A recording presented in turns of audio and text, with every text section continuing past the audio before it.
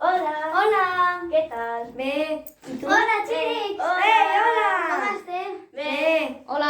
Hola! Com estàs? Bé. Heu vingut a veure el meu espectacle? Sí. Que guai! Bueno, vos Sí. podeu assentar aquí al terra, ¿vale? Bueno, com és la primera vegada que ve molta gent, m'agradaria contar-vos una mica la meva història i per què faig això dels acudits, ¿vale?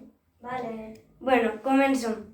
Tots els dies, com deveu saber alguns de vosaltres, als últims 5 minuts de classe conto acudits. Vale, per què va vindre això? Perquè abans de que fes el dels 5 minuts, sempre molestava i distraïa a la mestra. Bueno, a la mestra i als alumnes i a tots. I bueno, pues la mestra i jo vam arribar al pacte de que prestava atenció a la classe i no molestava i després jo tenia els últims 5 minuts per a fer classe. Vale. Llavors, claro, què passa? Que és que jo això no ho faig en mala intenció de distreure la gent, perquè només necessito una mica d'atenció i d'amor. Perquè la meva mare sempre està ocupada i no pot escoltar els meus acudits ni prestar-me atenció. Vale, bueno, pues ara estic passant per un moment difícil perquè fa uns anys la meva iaia va morir i el meu iaio, que és el que va patir més per la mort de la meva iaia, pues bueno, es va posar molt, molt trist. I claro, los meus iaios, perquè claro, tu diràs, bueno, s'ha mort i ja està, no? Pues és que los meus iaios tenien una connexió especial i claro, la gent pues los envejava. I pues per a rematar la situació, van tancar el local del meu iaio i mos vam mudar. I a més, pues bueno, claro, van tancar el local, lo van derrumbar i van construir el parc que estem aquí i estem al bloc en honor al meu iaio. I pues això, mos vam mudar a un altre lloc i pues el meu iaio va començar a oblidar-se de coses molt bàsiques, pues, per exemple, engegar la tele, que només clicar el botonet roig este. I pues, bueno, això, pues, no sé si heu sofrit la mort d'alguns iaios i pues me va afectar bastant.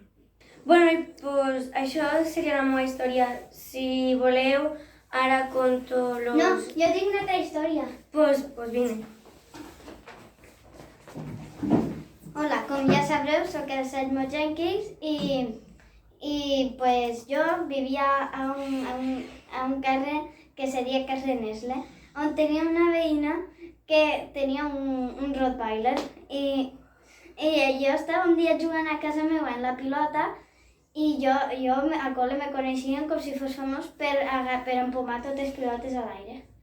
I un dia el meu amic me la va anar a passar, se va escapar la pilota a casa de la veïna i jo sigilosament vaig anar al pati de la casa de la veïna i a l'agarrar el Rottweiler va trencar la cadena, va vindre corrents i me va pegar un mos a la cama. Mare. I després, pues, ma mare va trobar un treball com a veterinària a un altre barri, bueno, a un altre poble, i tenia un veí que volia un gos.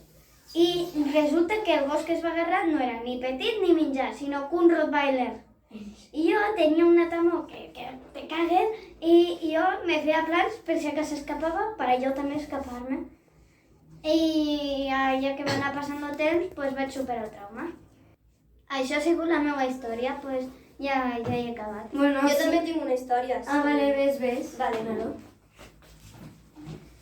Bueno, com vosaltres sabeu, soc el Canton i, bueno, suposo que us haureu enterat, però el meu trauma és que els autobusos poden ser molt més que un transport i tot això, sinó que és una cosa que quasi mata la meva mare, ja que un dia el Kenzie Thompson, el que va a la nostra classe, estava jugant en una piloteta blava i se li va escapar.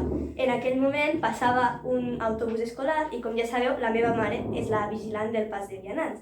Així que, com és la seva feina, va tenir que anar a salvar-lo.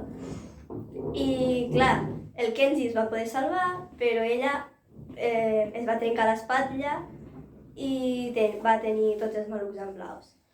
Clar, després de tota la recuperació, va tornar a treballar i pues, jo tenia temor que tornés a passar el mateix, a part que es faigué mal i que algo més que fes mal, un funeral o què ja penseu.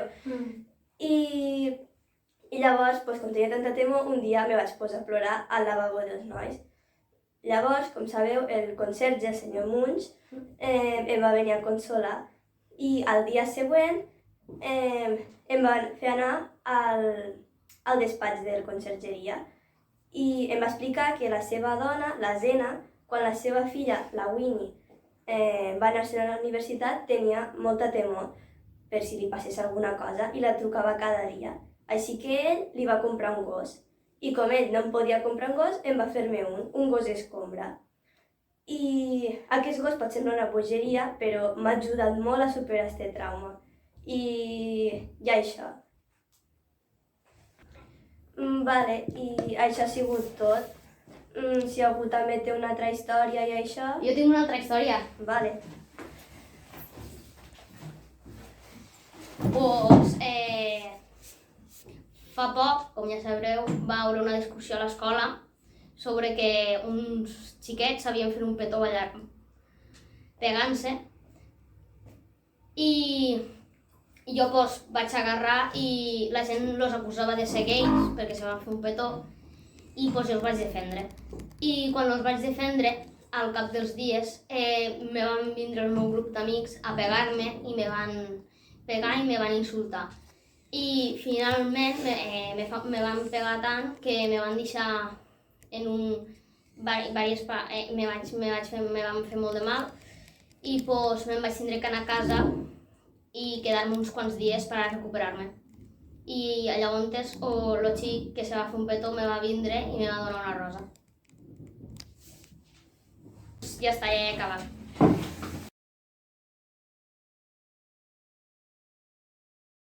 Bueno, mos ha passat l'hora a tots i jo me n'hauria d'anar i crec que vosaltres també. Llavors, la veritat que m'ha semblat molt guai compartir els nostres traumes i pues, jo proposo de que quedéssim cada dijous aquí al parc a la mateixa hora, al mateix moment i que contéssim les nostres experiències i traumes o si voleu jo també puc contar acudits. Vale. Pues hasta dijous, no? Hasta dijous. Adeu. La meva història. I Quan dic 3, 2, 1, espera't un rato.